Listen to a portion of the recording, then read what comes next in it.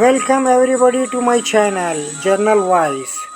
खुश आमदीद आप सबका मेरे चैनल पर आने के लिए।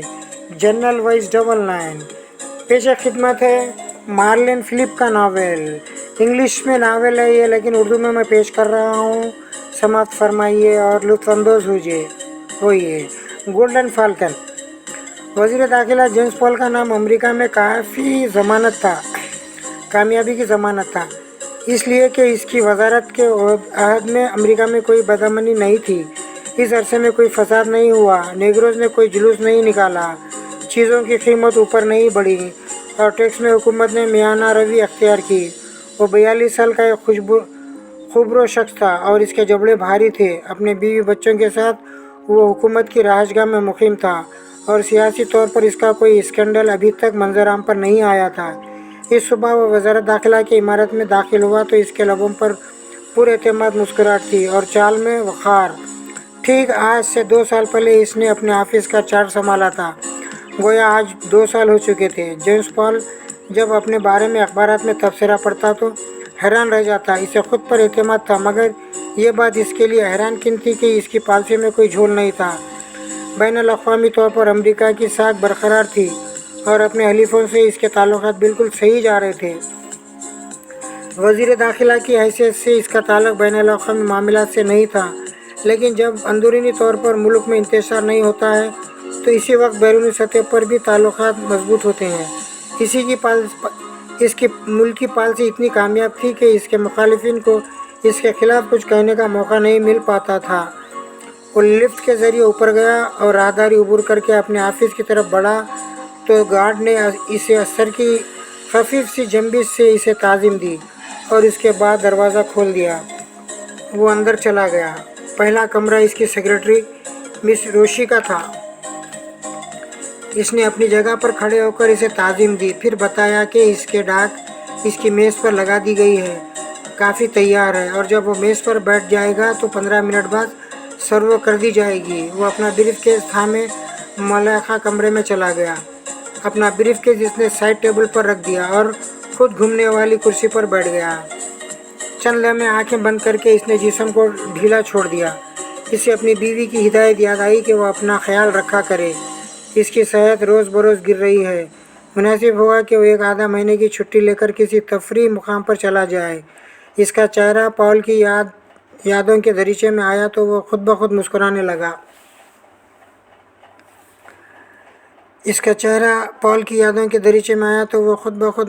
लगा। अगरचे 1 महीने की छुट्टी लेकर कहीं चला जाएगा तो इसकी जिम्मेदारियां कौन संभालेगा। इसके मुखालिफिन तो ताक में बैठे हैं कि किसी रियासत में कोई हंगामा आ रही हो और वो इसके खिलाफ तहरीक चलाकर इसका धड़न तख्ता कर दें। इसका मुलाजिम काफ़ी की प्याली मेज़ पर रख कर चला गया तो इसने डाक में आए हुए लिफाफों पर निगाह डाली। सबसे पहले ऊपर अर्जेंट लिखा हुआ एक लिफाफा था, जिसे इसकी सेक्रेटरी ने सबसे ऊपर रख दिया था।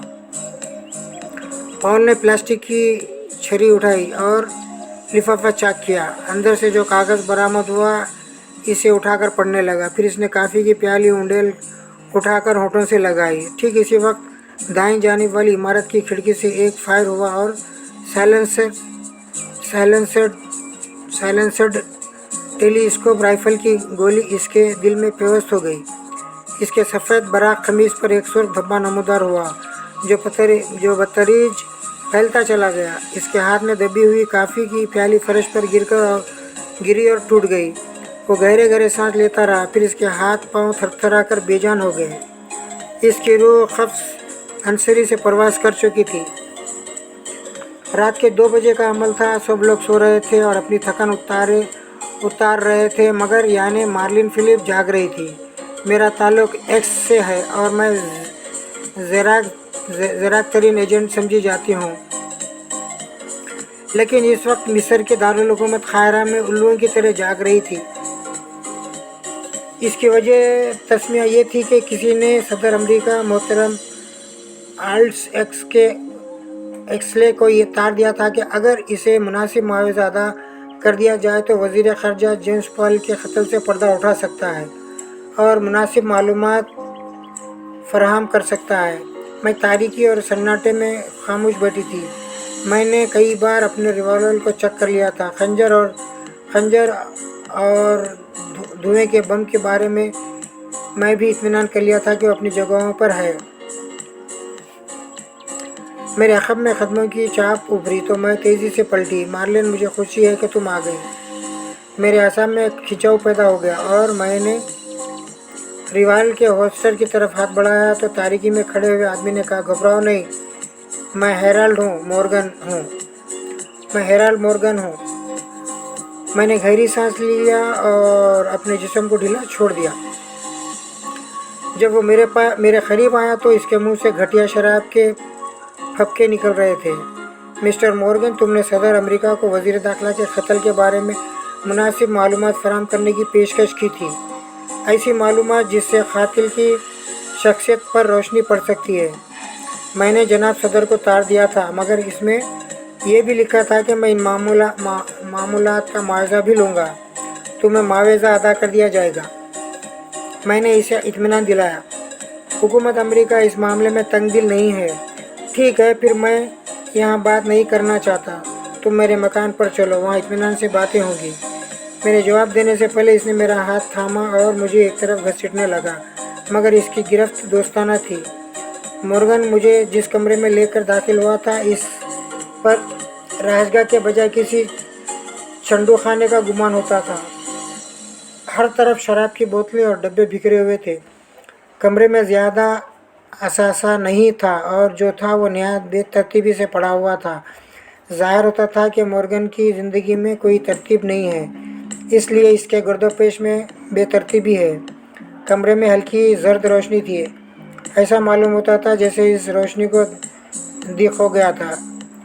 मैंने मॉर्गन का जायज़ा लिया। वो अद्दड़ उम्र का एक तवाना शख्स था, जिसका लिबास शकन आलूद और गलीज था। इसका शेव बड़ा हुआ और सर के बाल किसी घोंसले की तरह उलझे हुए थे। इसकी मदहोश कैफियत को देखकर यह अंदाज़ा होता था वो रोज़ नशे में रहने का आदी है। हम दोनों बोसीदा सोफे पर बैठ गए तो इसने हिप पॉकेट से एक चपटी सी बोतल बरामद की और 2 घूंट लेने के बाद इसका ढक्कन बंद कर दिया। ये दरिंदों का शहर है, इसने भराई हुई आवाज़ में कहा।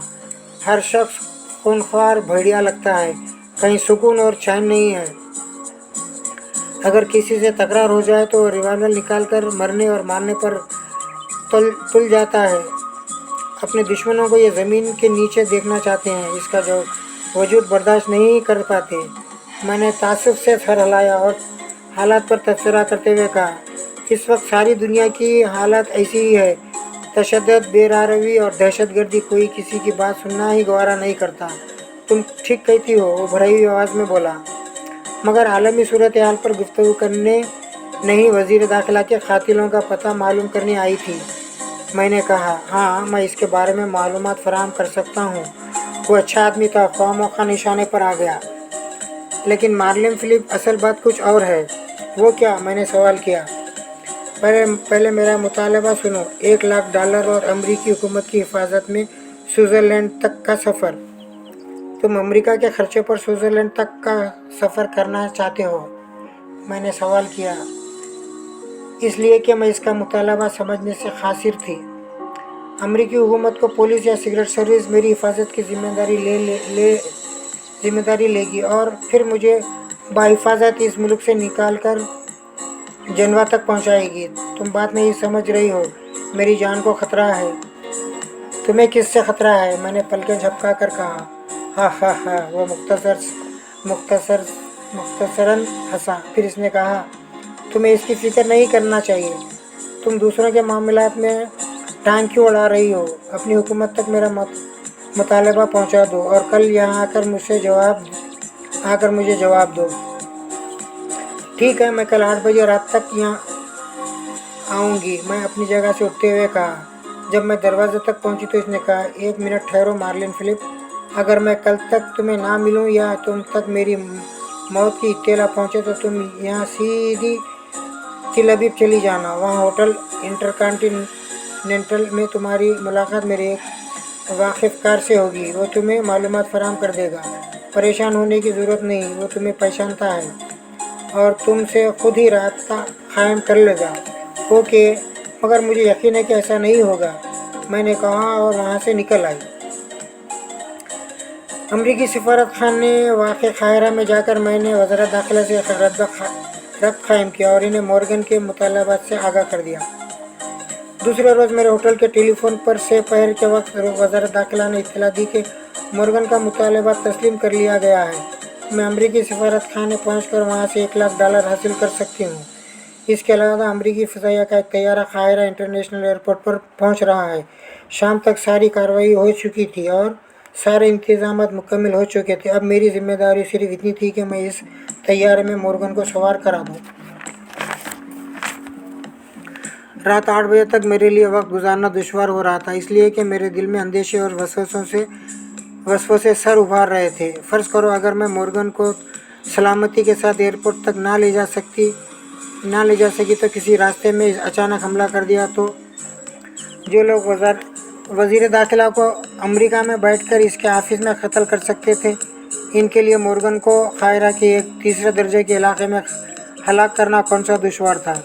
इसी सोच में गलतो पेशा मैं काहिरा के बाज़ारों में घूमती रही और मैंने होटल में बेले डांस भी देखा। फिर मैं इसके मकान तक पहुंच गई। 8 बजने में अभी 2 मिनट थे। मैंने जब दरवाजे पर दस्तक दी तो दूसरी तरफ से कदमों की आवाज़ उभरी और फिर दरवाज़ा खोल दिया गया। मध्यम रोशनी में मैंने इसे देखा। मॉर्गन तो नहीं था। मार्लेन फिलिप, इसने सवाल किया। हाँ, मैं हेराल्ड मॉर्गन से मुलाकात करना चाहती हूँ, मैंने पूरी खुद एतमादी से कहा। इस शख्स ने जो मिस्री लिबास में था दरवाजे से हटकर मुझे अंदर आने का इशारा किया। वो एक लम्हा हज़ारों लम्हों पर भारी था। इस एक लम्हे में मुझे हाँ या ना का फैसला करना था। मैं एक होशियार सिगरेट एजेंट थी और मौके की मुनासिबत से फ़ैसला कर लेती थी। मैंने कमरे में चली गई। इस वक्त मुझे मज़ीद हैरत हुई जब मैंने कमरे में एक अजनबी को सोफे पर बैठे देखा। इस शख्स ने इशारा किया कि मैं सोफे पर बैठ जाऊं। मैंने इसे नज़रअंदाज कर दिया और पूछा, मॉर्गन कहाँ है और तुम लोग कौन हो? मार्लेन फिलिप, तुम बहुत जल्दी में मालूम होती हो। आओ इत्मीनान से बैठकर बातें करो। मुझे इब्ने इब्लिस कहते हैं और ये जब्बार है, यानी जबर करने वाला। मैं एक बार फिर पूछती हूँ कि मॉर्गन कहाँ है? मार्लिन फिलिप, ऐसा मालूम होता है कि तुमने इसे स्विट्ज़रलैंड भेजने के इंतज़ामात मुकम्मल कर लिए हैं,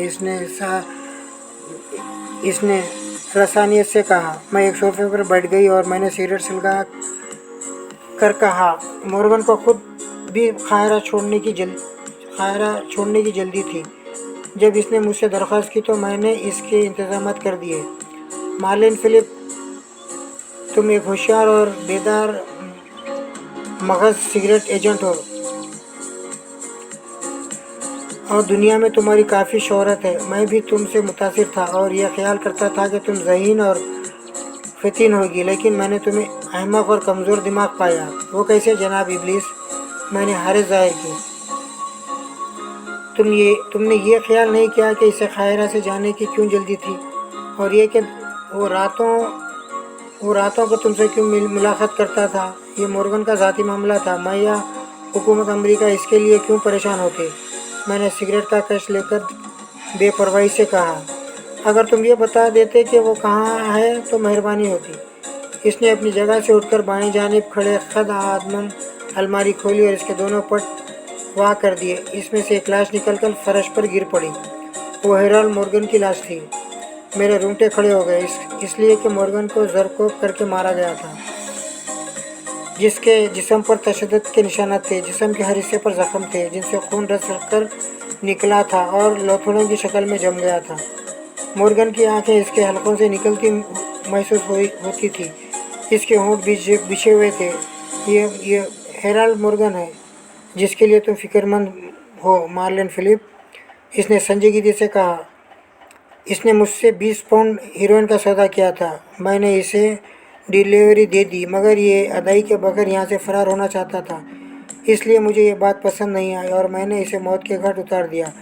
बदअहदी करने वालों के साथ हम यही सलूक करते हैं। वो मगर इसमें रियायत की कोई गुंजाइश नहीं है, इसलिए कि 20 पाउंड ख़ास हीरोइन के बैनुल-अक़वामी मार्केट में क्या कीमत है ये तुम नहीं जानती होगी।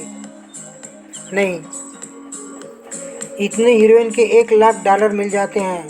वो अपनी निगाह में मरकज करके बोला, ये कोई मामूली सौदा तो नहीं है। जब्बार ने दरवाजे को मुकफ़िल करके इसकी चाबी अपनी जेब में डाल ली। इब्ने इब्लिस ने अपने लबों पर एक सफ़ाकाना मुस्कुराहट सजाकर कहा, मार्लिन फिलिप, इस वक्त तुम्हारी क्या पोजीशन है ये तुम खुद समझ सकती हो। हेराल्ड मॉर्गन की लाश तुमने देख ही ली है और तुम्हें यह भी मालूम हो गया है कि इसे किसने हलाक किया है और ये कि हीरोइन का सौदा इसने किसके साथ किया था। ऐसी सूरत में मैं तुम्हें ज़िंदा नहीं जाने दूंगा। इसकी बात चस्तानी नहीं थी कि मैं समझने से कासिर थी। मैं समझ गई कि वो मेरी मौत का ख्वाह है। मेरी मौत के बारे में ख्याल है कि पुलिस को कतई पता नहीं लगेगा और अमरीकी सीक्रेट सर्विस का बास हाक भी लाइलम रहेगा, इसलिए कि मैंने इसे हेराल्ड मॉर्गन के पते से मुताला नहीं किया है। अलबत्ता जब बंद कमरे में मेरी लाश गल सड़ जाएगी और बदबू देने लगी तब कोई राहगीर इसकी इत्तला पुलिस को देगा तो दरवाज़ा तोड़कर मेरी लाश निकाली जाएगी। पुलिस को मेरी लाश में कीड़े रंग के दिखाई देंगे। मैंने सोचा, अब यह देखना चाहिए कि मेरे बचने के इम्कान कितने फ़ीसद हैं। पहली बात यह कि मेरे पास एक रिवॉल्वर है और शाने के करीब एक खंजर छुपा हुआ है जिसे मैं आस्तीन झटक कर हाथ में ले सकती हूँ। इसके अलावा एक नन्हा सा गैस बम जिसे मारकर मैं धुआं पैदा कर सकती हूँ। वो धुआं बेहोशी तारी करने वाला होता है, इसलिए मैं अपने मुखालिफिन को गहरी नींद सुलाकर वहाँ से सांस रोककर भाग लेती हूँ। मगर इब्ने इब्लिस ने जिस तरह से मॉर्गन को हलाक किया था, इससे ज़ाहिर होता था कि वो भी एक ज़हीन और तेज़ तर्रार एजेंट है और इसका ताल्लुक़ अमेरिका के मुख्तलिफ कौमों से है। ऐसी सूरत में जूडो और कराटे का इल्म मेरे काम आ सकता था, लेकिन इस हालत में कि वो मेरे करीब आकर आमने सामने की जंग लड़ता। इब्ने इब्लिस, मैंने इसकी तरफ 2 कदम बढ़ाते हुए कहा, ये बात मेरी समझ में नहीं आ रही है कि तुम मुझे क्यों हलाक करना चाहते हो। अगर तुम मज़ीद 2 कदम बढ़ी तो मैं फायर करके तुम्हें दिलो दिमाग में सुराख करूँगा। इसने अपने चौके से एक सफ़ेद स्टील का चमकदार रिवाल्वर निकालते हुए कहा। अखब में आहट हुई तो मैंने गर्दन घुमाकर इसकी तरफ देखा। जब्बार ने अपनी जेब में हाथ डालकर एक चाकू निकाल लिया था और अब इसे खोल रहा था। सन्नाटे में इसकी कड़कड़ाहट गूंजी तो मुझ पर सनसनी तारी हो गई। इब्ने इब्लिस ने सोचकर जब्बार से फ्रांसीसी में कहा कि मैं इससे वाकिफ़ हूँ। आज इस कुतिया की बच्ची की बोड़ियाँ उड़ा देना है। मैं तुम्हें चाकू बाजी का कमाल दिखाना चाहता हूँ। मैं इसे बातों में लगाए रखूँगा और रिवाल्वर से कवर किए रहूँगा। तुम अखब से हमला करके इसके कुल्लों पर से गोश्त उतारते रहना। इसका लहजा इतना करखत था कि मैं काँप कर रह गई। मैंने हलक से ऐसी आवाज़ निकालना शुरू कर दी जैसे मैं इन लोगों से खौफज़दा हूँ। इसके अदाकारी से मुझे ये फ़ायदा हुआ कि जब्बार ने फ़ौरन मुझ पर हमला नहीं किया और इब्ने इब्लिस मेरी हालत से महफूज होने लगा। फिर मैं पलटकर दरवाजे की तरफ भागी और इसे खोलने की कोशिश करने लगी। इब्ने इब्लिस ये देखकर खैके लगाने लगा। टुकड़े कर दो इसके, हलाक कर दो इसे, इसने अरबी में जब्बार से कहा। दफ्तन जब्बार ने मुझ पर वार किया, मगर मैंने झुकाई देकर खुद को बचा लिया और एक बार फिर दरवाज़ा खोलने लगी। मेरे हलक से किसी बकरी जैसी मिमाती आवाज़ें भी निकल रही थी। जब्बार ने अपने लंबे फल के धारदार चाकू को मेरे हाथ से थाम लिया और किसी अक्खाब की तरह निगाहें जमाकर मेरी तरफ बढ़ने लगा। फिर इसने तेंदुए की तरह चेस्ट लगाकर चाकू वाला हाथ चलाया। चाकू ने फ़िज़ा में एक खौज बनाया और मेरे सर से गुजर गया। अगर मैंने दूसरी बार झुकाई ना दी होती तो मेरी गर्दन पर एक गहरा शगाफ डालता हुआ चला जाता। इस मौके पर मैं चाहती तो इसका चाकू वाला हाथ थामकर इसके सीने पर लात मारती या चाकू छीनकर इसे मौत से हमकिनार कर देती, लेकिन मैं जानती थी कि अगर मैंने ऐसी कोई जानलेवा हरकत की तो खुद अपनी जान गंवा बैठूंगी। इब्ने इब्लिस पर पे दर पे 3 फायर करके मेरा चिराग हयात बुझा देगा। जब्बार ने तीसरी बार वार किया तो मैंने खौफज़दा आवाज़ निकालते हुए इसका चाकू वाला हाथ थामने की कोशिश की, मगर इस तरह से कि मेरी गिरफ्त कमज़ोर रहे।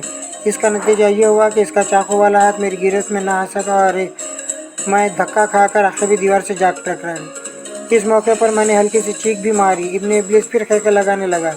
जैसे जब्बार नहीं, वो खुद कोई कारनामा अंजाम दे रहा हो। जब्बार एक बार फिर मेरी तरफ बढ़ रहा था। मुझे कीना तो निगाहों से देखता हुआ वो गहरे गहरे सांस ले रहा था और इसके नत्थे फूल फूल बिचक रहे थे। मैं फर्श पर बैठी किसी नन्ही चिड़िया की तरह पीछे सरक रही थी। वो दोनों हाथों फैलाकर डरावने अंदाज में आगे बढ़ रहा था। दफ्तन इसने मुझ पर छलांग लगाई, जैसे कोई ख्वाब नन्ही चिड़िया को दबोच लेना चाहता हो। मैंने फुर्ती से अपने जिस्म को समेटा और किसी सिलेंडर की तरह लड़कती हुई दाईं जानिब चली गई। इसे पूरा एतमाद था कि मैं इसकी गिरफ्त में आ जाऊंगी, मगर अपनी नाकामी पर वो हल्का बक्का रह गया। कुछ दूर लड़कने के बाद मैं रुक गई और फर्श पर बैठ गई। जब्बार अपने कपड़ों से गर्द झाड़ता हुआ उठ खड़ा हुआ।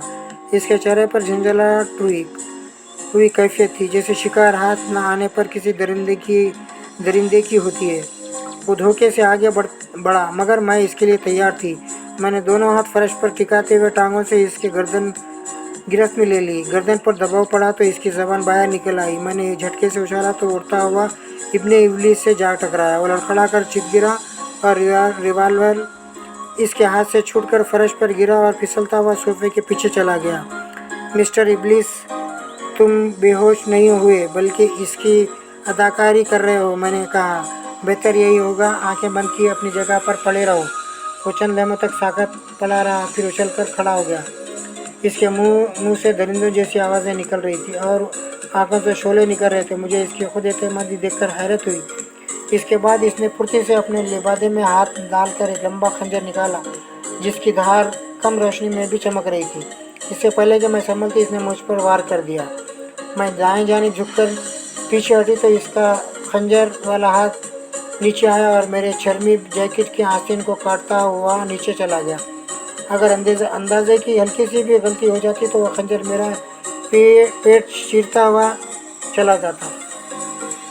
मार्लिन फिलिप, संभल जाओ, वरना ये शख्स तुम्हारे टुकड़े करके बोटियाँ चील को कौवों को खिला देगा। मेरे दिमाग ने तनबिया की। फिर मैं संभल गई। हरामजादी, अब तुझे कोई नहीं बचा सकता, इसने गज़बनाक लहजे में कहा और फिर इस खंजर से पे दर पे खौस फिजा में बनाए। मैं 2 कदम पीछे हटी। फिर इसने मुझ पर फिर मैंने इस पर ताकुआन दो का एक खौफनाक वार किया। मैंने एक टांग पर वजन डालते हुए दूसरी टांग से एक खौस बनाया। वो इब्लीस के कमर से टकराई। इब्लीस उड़ता हुआ पिछली दीवार से जा टकराया। इसके हलक से एक फंसी फंसी आवाज़ निकली। इसके वहम व गुमान में भी ना था कि मैं इस पर कोई दाव इस्तेमाल कर सकती हूँ। इस बार इसने उठने में कुछ देर लगाई। जब वो उठा तो इसके हलक से कराहें निकल रही थी। चंद मिनट इसने अपनी तवानाई बहाल करने में लगा दी। फिर वह मुझ पर झपटा, मगर एक मुतहद अंदाज में। मैंने दाएं जानिब होकर इसकी गर्दन पर कराटे का वार किया तो चटकी सी आवाज़ आई और चीखता हुआ दाएं जानिब गिरा। इसकी गर्दन की हड्डी टूट गई थी और मुंह से बुलबुलों की सूरत खून निकल रहा था। जब्बार अभी तक बेहोश था। इब्लीस सिफर शख्स टकराने के बाद इसकी खोपड़ी का निचला हिस्सा फर्श से इतनी शिद्दत से टकराया कि कासा सर चटकने की वजह से खून रस रहा था और फर्श को रंगीन कर रहा था। मैं दरवाज़ा खोलकर वहाँ से निकल आई। मेरा दिमाग मुझे शाबाश दे रहा था कि मैंने इस मोर का आराई में फतह पाई है। मैदान एक बार फिर मेरे हाथ रहा। मुझे अब चाहिए कि मैं इस जगह से हर मुमकिन तौर पर दूर होती चली जाऊं। बाहर आते ही मैंने गहरे गहरे सांस लिए और एयरपोर्ट की तरफ चल पड़ी। मैं जानती थी कि वहाँ रियासत हाय मुत्तहिदा अमेरिका का तैयारा खड़ा होगा। मैं इसके ज़रिए आसानी से निकल सकती थी। मेरा डिप्लोमेट पासपोर्ट मेरे बैग में था जो सिफारत खाने में रखा था। मैंने सोचा जितनी जल्द हो सके मुझे इस सरजमीन से किनारा कशी अख्तियार कर लेनी चाहिए।